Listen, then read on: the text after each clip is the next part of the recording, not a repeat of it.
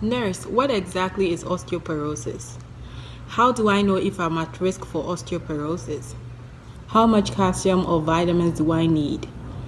What kind of changes can I make to prevent or manage osteoporosis? If I have osteoporosis, can I exercise? If so, what kind of exercise should I do? Will I need to take medicine for the bone loss? And that's all I have for you, and I'm hoping to hear from you soon. Thank you, nurse. Hi, good morning. My name is Samuel Bwedi, and I am going to be your nurse for today. And that I will be teaching you about this condition, osteoporosis. Now, you're wondering or you're asking what osteoporosis is. Okay, so osteoporosis basically is a disease of the bones which causes you to lose the bone mass, the strength, the mass, the energy in the bone. Okay, yeah, so it's like erosion. It's like the bone is washing away, through degeneration, overuse of it, fracture or anything that causes bone to break down, anything like that. Yeah, it causes osteoporosis. Okay, now you're asking how do you know if you are at risk for osteoporosis? Okay, so basically age factor. People who are more than 55 years and older tend to have increased chances or increased high risk of osteoporosis. And then women also tend to have less bone mass than men, and they also tend to live longer and absorb less calcium. And so women, are more at risk for osteoporosis than men. And they also, because of the reduced estrogen production during menopause, they have increased chance of osteoporosis.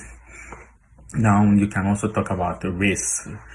Caucasian and Asian people are more likely to have osteoporosis than other races.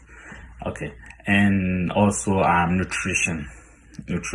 People who lack vitamin D and calcium in their blood or in their diet, whatever it is, they tend to have high, increased risk for osteoporosis.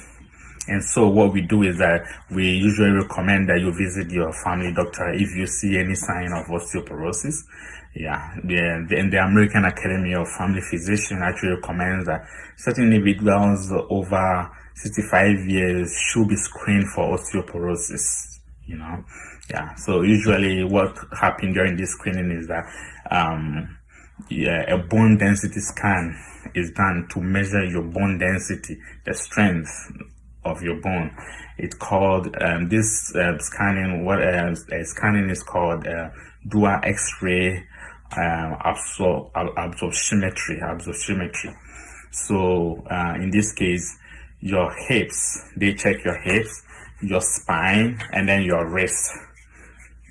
These are the areas where we check or they check because they are most common places of osteoporosis. Yeah. And then your third question is how much calcium and vitamin D do you need? Okay, so as an adult, you are required to consume at least 1,000 milligrams of calcium per day. And calcium can be found in non-fat and low-fat dairy products. Dried beans, salmon, spinach, broccoli, almonds, you can find calcium there. And then your egg yolks, your saltwater fish, your liver, the sunshine, they all give you vitamin D. And then your fourth question, what changes can you make to prevent or manage osteoporosis? Okay, so we recommend regular exercise and weight bearing, like walking, hiking, jogging, climbing stairs, dancing, etc. And then also smokers. People who smoke actually absorb less calcium from their diet. Women who smoke have lower levels of estrogen. And also alcohol. Those who drink heavily and regularly have increased risk of fracture and bone loss due to poor eating habit and fall. Okay, so your next question is, if you have osteoporosis, is it safe for you to exercise, and what kind of exercise should you do? Okay, So yes, we recommend that you do exercise. It is safe for you to exercise to some extent. One thing is you don't want to break your bone, right? But you also you don't want your bone to keep losing its density. So jogging, dancing, hiking, brick walking, they're all great exercises depending on where you feel it's not hurting.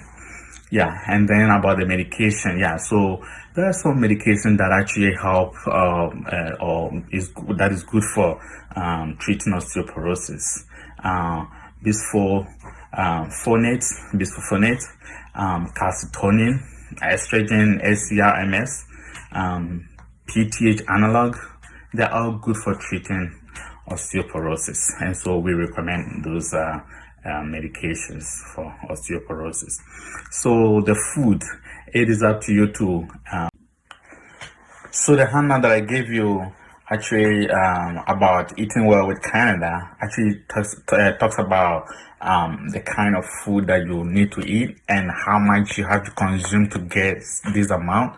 So like the vitamin D that we spoke about, if you need about 600 international unit IU daily, and you also need 1,000 milligrams of calcium daily. And when you go through this Eating Well with Canada handout that I gave you, and also their website is right there under the handouts and the pamphlets that I gave you, please check that, and then I will be checking on you next 2 weeks to see how you are managing this and how the improvement that is coming out of it. Thank you so much, and I'll see you next 2 weeks. Bye bye. Oh, so if I understood you, my smoking and alcohol habit can cause this disease. I need regular exercise to manage osteoporosis. I also need to take more than 1,000 milligram of calcium and 600 IU of vitamin D. And these minerals can be derived from food like egg yolk, salt water fish, liver, and even sunshine.